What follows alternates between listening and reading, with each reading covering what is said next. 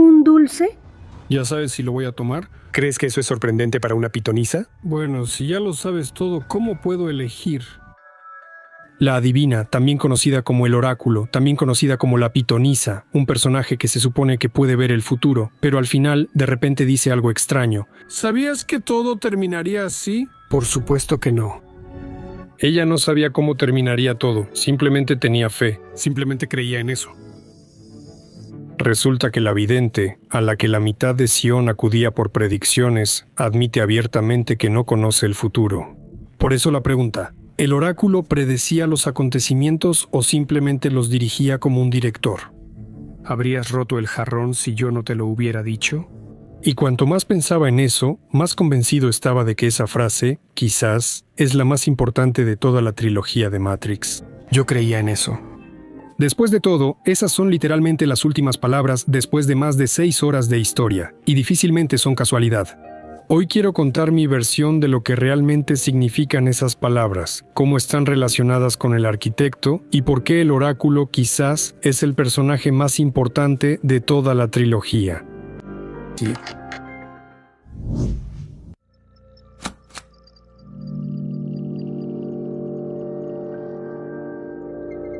¿Recuerdan la escena donde nos muestran por primera vez al oráculo, esa misma con el jarrón? Sé que eres Neo. Ahora vuelvo. ¿Eres la pitonisa? El episodio parece al mismo tiempo una broma y una parábola filosófica. Cuando Neo entra a ver a la pitonisa, ella le dice, No te preocupes por el jarrón. y en cuanto se da la vuelta, él accidentalmente lo rompe. ¿Qué jarrón? Neo pregunta de inmediato, ¿Cómo lo supo? «Oh», y recibe una respuesta de vuelta. ¿Habrías roto el jarrón si no te lo hubiera dicho? De hecho, en este punto tengo otra pregunta que me parece aún más interesante. Si sus palabras fueron la causa de la acción, entonces, ¿quién rompió realmente el jarrón? Si Neo no era consciente y solo fue un reflejo, entonces le falta lo principal, la intención. Y sin intención, decir que él realizó la acción en el pleno sentido de la palabra ya es forzado. La genialidad de esta escena también radica en que no solo nos presenta al personaje, sino que en cuestión de segundos muestra exactamente cómo actúa y cuál es su esencia. Además, este pequeño fragmento en esencia ilustra la pregunta principal de toda la trilogía. Todo lo que sucede en la Matrix, de alguna manera, repite el mismo truco del jarrón, solo que a escala de toda la historia.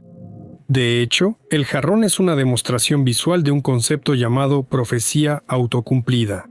El término mismo fue popularizado por el sociólogo estadounidense Robert Merton en su obra principal, Teoría Social y Estructura Social, allá por 1949. Por cierto, exactamente 50 años antes del estreno de Matrix. Aquí está su definición, es bastante densa, pero de todos modos vamos a leerla. Al principio, una profecía autocumplida es una definición falsa de la situación que provoca un nuevo comportamiento, en el que la creencia falsa inicial se vuelve verdadera. Становится истинным. La aparente veracidad de la profecía autocumplida perpetúa el poder del error, ya que el que la predice usará el curso real de los acontecimientos como prueba de que tenía razón desde el principio. No entendí ni madres. Bueno, muy interesante. En esencia, todo lo que hace la adivina es trabajar con ese tipo de mecanismo. Pero ¿por qué creo que la pitonisa en realidad casi no predice nada? Formalmente, todo se cumplió. Neo se convirtió en el elegido, Sion fue salvado. Todo parece coincidir con sus palabras. Neo lo hizo todo, terminó la guerra. Las máquinas se fueron. ¿Eso significa que realmente puede ver el futuro? Yo diría que no exactamente. Y para mostrar que no se trata tanto de una predicción, sino de algo diferente, veamos ejemplos concretos a los personajes y lo que exactamente les decía la adivina.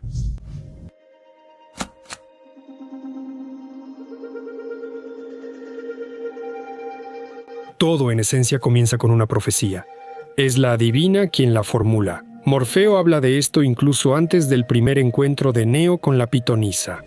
¿Ella predijo la llegada del Salvador? Sí. Pero si lo piensas bien, es una profecía extraña.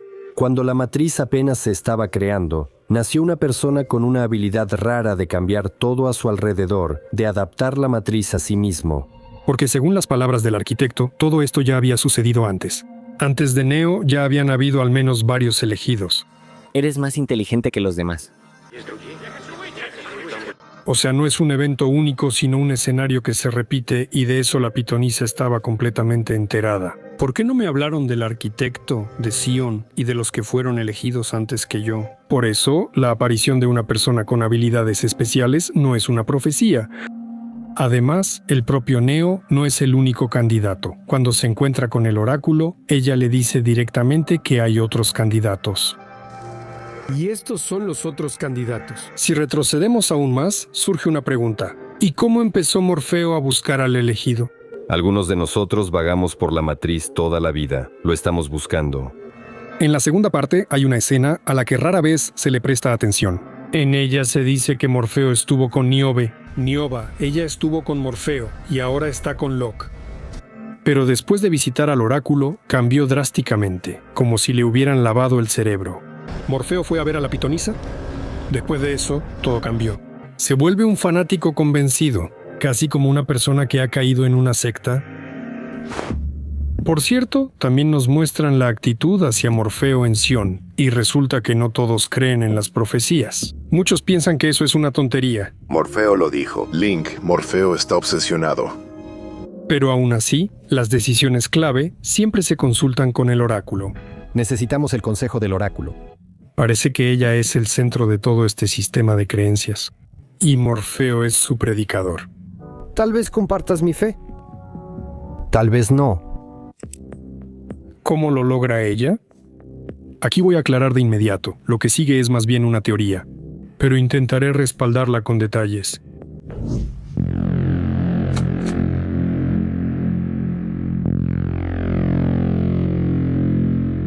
Todo comienza con la elección entre dos pastillas. Si tomas la pastilla azul, el cuento se acaba. Si tomas la pastilla roja, entrarás al país de las maravillas. Tengo la sensación de que no es solo un símbolo, sino un mecanismo real de influencia. Aquí podemos recordar a Merovingio y su escena con el pastel. Como recordarán, Merovingio le da a una mujer un pedazo de pastel y de inmediato declara que hay un cierto código en él. Es un postre muy inusual. Después de eso, la mujer de repente comienza a experimentar sensaciones extrañas e inexplicables, algo así como una fuerte atracción. Y se va al baño. Después de un rato, el mismo Merovingio también va al baño, y luego, por el contexto, queda claro lo que sucedió allí. ¿Labial? ¿Qué locuras se te ocurren? Bueno, ¿dónde? En esta escena nos dejan claro que la comida puede contener un código que desencadena una reacción específica. ¿Y qué hay de nuestra adivina? Ella también tiene algo parecido. Galletas. Ella es literalmente una abuelita con galletas. Oh, casi están listas. Oh, huele bien, ¿verdad? Ella literalmente le ofrece galletas a Neo apenas entra. Cómete una galleta. Si hacemos un paralelo con Merovingio, surge la idea. Y si sus golosinas también contienen código, incluso antes de que termines de comerlo, seguro te sentirás mejor. ¿Pero qué tipo de código hay dentro? Creo que aquí viene muy bien recordar otra frase de la adivina. La galleta quiere amor, como todos los demás. Si lo tomamos como una indirecta, resulta que la influencia se da a través de la emoción humana más fuerte, el amor. Y si mantienes esa idea en mente, muchas cosas se vuelven más comprensibles. Pensé en hornear unas galletas antes de que llegaras. Como nos dicen, antes Morfeo estaba con Niobe, pero después de conocer al oráculo, cambió repentinamente. Niobe también cree en el elegido, y supuestamente también pudo haber visitado al oráculo.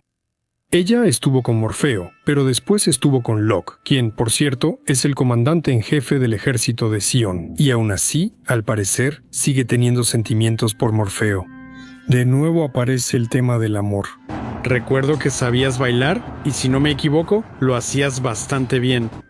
Más tarde, será precisamente Niobe quien juegue un papel clave en el destino de Neo cuando decida ayudar a Morfeo, aunque los demás se nieguen. ¿Quién de los presentes responderá a nuestro llamado? Parece que, en gran parte, es por sus sentimientos hacia él. La capitana Niobe está lista para cumplir el deseo del consejo. ¿Qué? sigue Trinity. El oráculo, incluso antes de que ella conozca a Neo, le dice que se enamorará del elegido. El oráculo me predijo que yo debía enamorarme. Y aquí de nuevo se recuerda el truco del jarrón. ¿Habría Neo roto el jarrón si no le hubieran advertido? ¿Se habría enamorado Trinity de Neo si no le hubieran dicho esto de antemano? Con Neo sucede una historia similar. Te voy a contar un secreto. Ser el elegido es como enamorarse. En su primer encuentro, el oráculo le habla de Trinity y de sus sentimientos. No es casualidad que le gustes. Y luego le da esa misma galleta que, como recordamos, anhela amor. Cómete la galleta. Y aquí surge la pregunta principal. ¿Para qué lo necesita ella? Si recordamos la escena con el arquitecto queda claro, es precisamente el amor lo que se convierte en el factor decisivo en la elección de Neo. ¿Porque amas? Como explica el arquitecto, todas las versiones anteriores del elegido sentían más bien un apego abstracto hacia toda la humanidad y cada vez elegían salvar a la especie. Pero si su apego era abstracto, el tuyo es absolutamente tangible. Pero Neo toma otra decisión y lo hace precisamente por amor. Trinity. Y el arquitecto lo enfatiza directamente. Por cierto, vale la pena recordar los sueños, de los que el oráculo habla bastante seguido. Los sueños me están atormentando. Normalmente no son solo sueños, sino algo así como visiones proféticas recurrentes. Por ejemplo, ese mismo sueño de Neo, que ve una y otra vez, donde Trinity muere. Y aquí surge la pregunta, ¿qué elección habría hecho si no hubiera tenido ese sueño?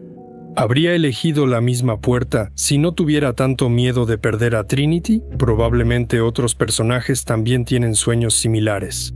Y tuve un sueño, y ese sueño se me escapó. Y al parecer la adivina sabe sobre estos sueños. Viste todo eso en tus sueños, ¿verdad? Y es lógico suponer, ¿no será porque fue ella quien los provocó? Por cierto, parece que el agente Smith también entiende cómo funciona su galleta. La galleta quiere amor como todos los demás. No es casualidad que, al llegar a su casa, lo primero que hace es quitarla de la mesa y de inmediato hace la pregunta, ¿sabía ella que todo terminaría así? Si lo sabía, entonces horneó las galletas y puso el plato aquí a propósito. Claramente le preocupa la pregunta. Si ella realmente lo sabía todo, ¿por qué no intentó detenerlo? Porque entonces no se fue. Después de todo sabía que yo vendría. Y de verdad, ¿por qué la adivina permitió todo esto en primer lugar? La respuesta, en esencia, es bastante simple. Parece que ella siempre estuvo jugando su propio juego y Neo era su apuesta clave. Ella entendía que, para que Neo pudiera finalmente llegar a un acuerdo con las máquinas, necesitaría una carta de triunfo. Y esa carta de triunfo fue el agente Smith, un programa que se salió de control. El programa Smith se salió de tu control. Pronto también invadirá tu ciudad. Entonces ella conscientemente asumió el riesgo. Ella sabía que cuando Smith la absorbiera, él se volvería mucho más fuerte. De hecho, se convertiría en una amenaza para todo el sistema. De esa manera, ella lo fortalece y lleva la Matrix al límite, más allá del cual ya no puede ser reparada por métodos convencionales. Y solo en esa situación, Neo tiene la oportunidad de cambiar algo. Nadie lo detendrá, solo yo. Pero eso aún no es suficiente. Neo no solo necesita llegar a ese punto, también tiene que vencer a Smith. Y por lo que parece, la pitonisa de alguna manera también lo está ayudando aquí. En algún momento vemos algo extraño. Smith parece quedarse congelado y empieza a repetir literalmente las palabras de la pitonisa. Todo lo que tiene un principio tiene un final, Neo. Todo lo que tiene un principio tiene un final. Lo preví. Este es el final. Veo el final. Como si estuviera siguiendo una orden programada. Es justo después de esto que Neo parece cambiar. Entiende lo que debe hacer. Es decir, dejar que Smith lo absorba. El hecho de que la pitonisa esté detrás de esto se confirma indirectamente al final de la escena. Cuando la pelea termina, en el lugar donde yacía Neo, ya vemos su cuerpo.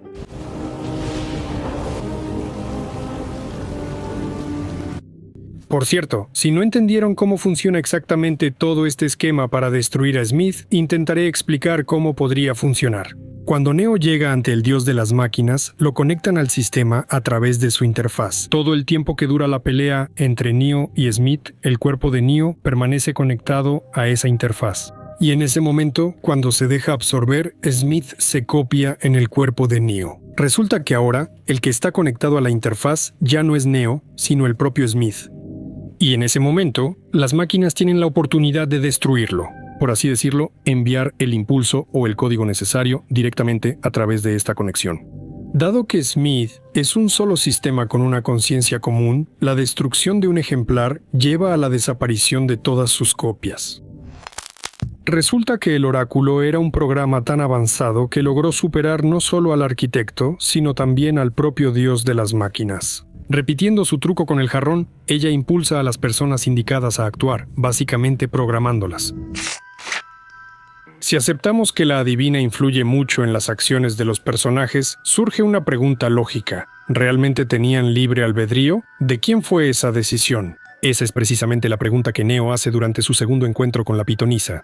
Ya sabes si lo voy a tomar, pero si ya lo sabes todo, ¿cómo puedo tomar una decisión? ¿Dónde está mi elección aquí? ¿Existe siquiera? Pero a cambio, recibe una respuesta casi zen. ¿Acaso viniste a verme para elegir? Tu elección ya está hecha. ¿Qué significa eso? ¿De verdad el arquitecto y Merovingio tienen razón? La elección es una ilusión. Y todo esto es solo una cadena de causas y efectos, un programa en el que hay orden, pero no hay libertad. Están aquí porque así se les dijo. Solo están cumpliendo la voluntad de alguien más. En realidad, lo interesante de la Matrix es que permite diferentes interpretaciones. Pero si lo vemos desde mi punto de vista, la respuesta en parte la da la misma oráculo. Cuando ella dice que Neo no vino a elegir, significa que la decisión clave ya se había tomado antes. Tu elección ya está hecha. La pitonisa reconoce el elemento de predestinación, pero aún así hay momentos en los que la elección realmente importa. Por ejemplo, el encuentro con el arquitecto, la misma pitonisa dice directamente que no sabe qué hay detrás de la puerta. La puerta está iluminada con una luz brillante. ¿Qué suele pasar al otro lado? Tú y yo no podemos prever las consecuencias de nuestra elección. Si lo traducimos al lenguaje de la filosofía, su postura se puede describir como compatibilismo. Esta es la idea de que la libertad y la voluntad pueden coexistir con la predeterminación. Parte de los acontecimientos están predeterminados, pero dentro de esas condiciones la persona todavía tiene espacio para elegir. El arquitecto, por su parte, más bien personifica el determinismo. La idea de que todo en el mundo sucede estrictamente por causas y leyes y que no existe una verdadera libertad. Y entonces se vuelve claro por qué al final nos muestran precisamente a estos dos. Te has metido en un juego muy peligroso. En este punto se resuelve la pregunta principal de toda la trilogía. ¿Existe el libre albedrío? Siempre hay una elección. Y juzgando por el hecho de que el arquitecto se va y el oráculo se queda, la respuesta está más a su favor. Esto también se confirma en el diálogo final, cuando Seraph le pregunta si ella sabía cómo terminaría todo. ¿Sabías que todo terminaría exactamente así? Por supuesto que no. Y ella dice directamente, no lo sabía, solo tenía fe. Simplemente lo creía. Eso significa que el resultado no estaba completamente predestinado. Escriban en los comentarios si están de acuerdo con esta interpretación de este personaje. Personalmente, me parece que es precisamente la adivina quien mejor refleja la idea de la libertad parcial, es decir, el compatibilismo. Y en nuestra vida, si lo piensan, sucede algo parecido. A menudo actuamos bajo la presión de las circunstancias, como si todo ya estuviera predestinado, y simplemente seguimos por inercia. En ciertos momentos realmente puede parecer que casi nada depende de nosotros, pero si recordamos las palabras de la adivina, en nuestra vida siempre hay momentos en los que la elección sí importa. Tomamos una decisión y después nos enfrentamos a las consecuencias que se derivan de esa decisión y después nos dejamos llevar por la corriente. Pero tarde o temprano llega un momento en el que de nuevo se puede cambiar de rumbo. ¿Quién sino las Wachowski podría saberlo? Si eres un suscriptor habitual del canal, entonces ya sabes qué hacer si quieres que sigamos analizando Matrix. Y si es tu primera vez aquí, te recomiendo que le eches un vistazo a la lista de reproducción con el análisis de otros personajes de Matrix, que debería aparecer ahora en tu pantalla.